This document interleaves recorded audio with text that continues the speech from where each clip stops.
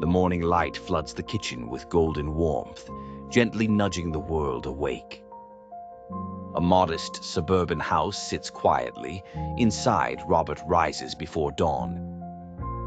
He moves softly, careful not to wake his daughter, Lily, who sleeps curled in a blanket of innocence.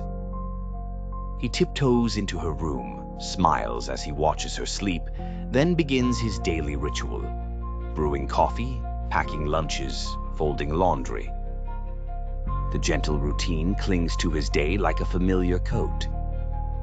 Lily's eyes flutter open as Robert kneels to tie her shoes. They share a silent smile, father and daughter, united in simple peace. She giggles as he clumsily attempts a bow, and he pretends to struggle just for her delight.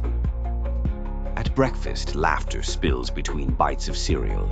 Robert's face, softened by care, masks the fatigue that weighs on him, because Lily's joy is worth more than sleep.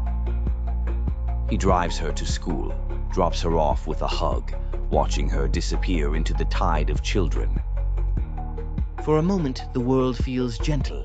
The streets blur as Robert heads to work, lumbering through his shift with weary determination.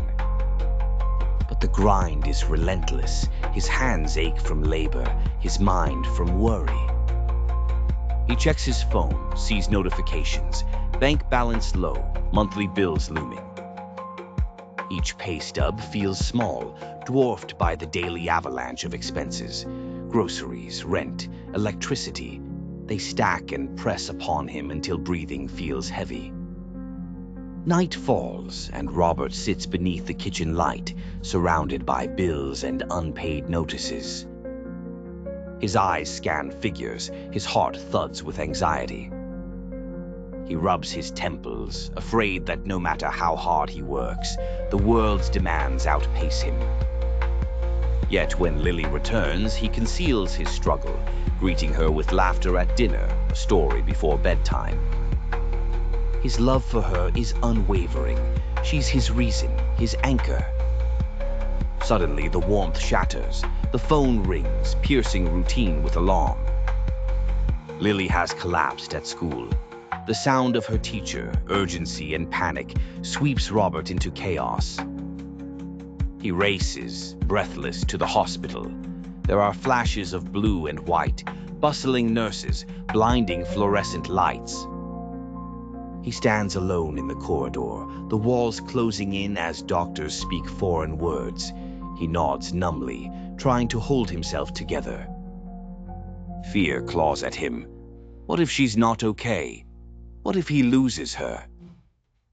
Medical forms appear, insurance questions, consent signatures, endless paperwork. But Robert has no insurance, just the reality of mounting costs.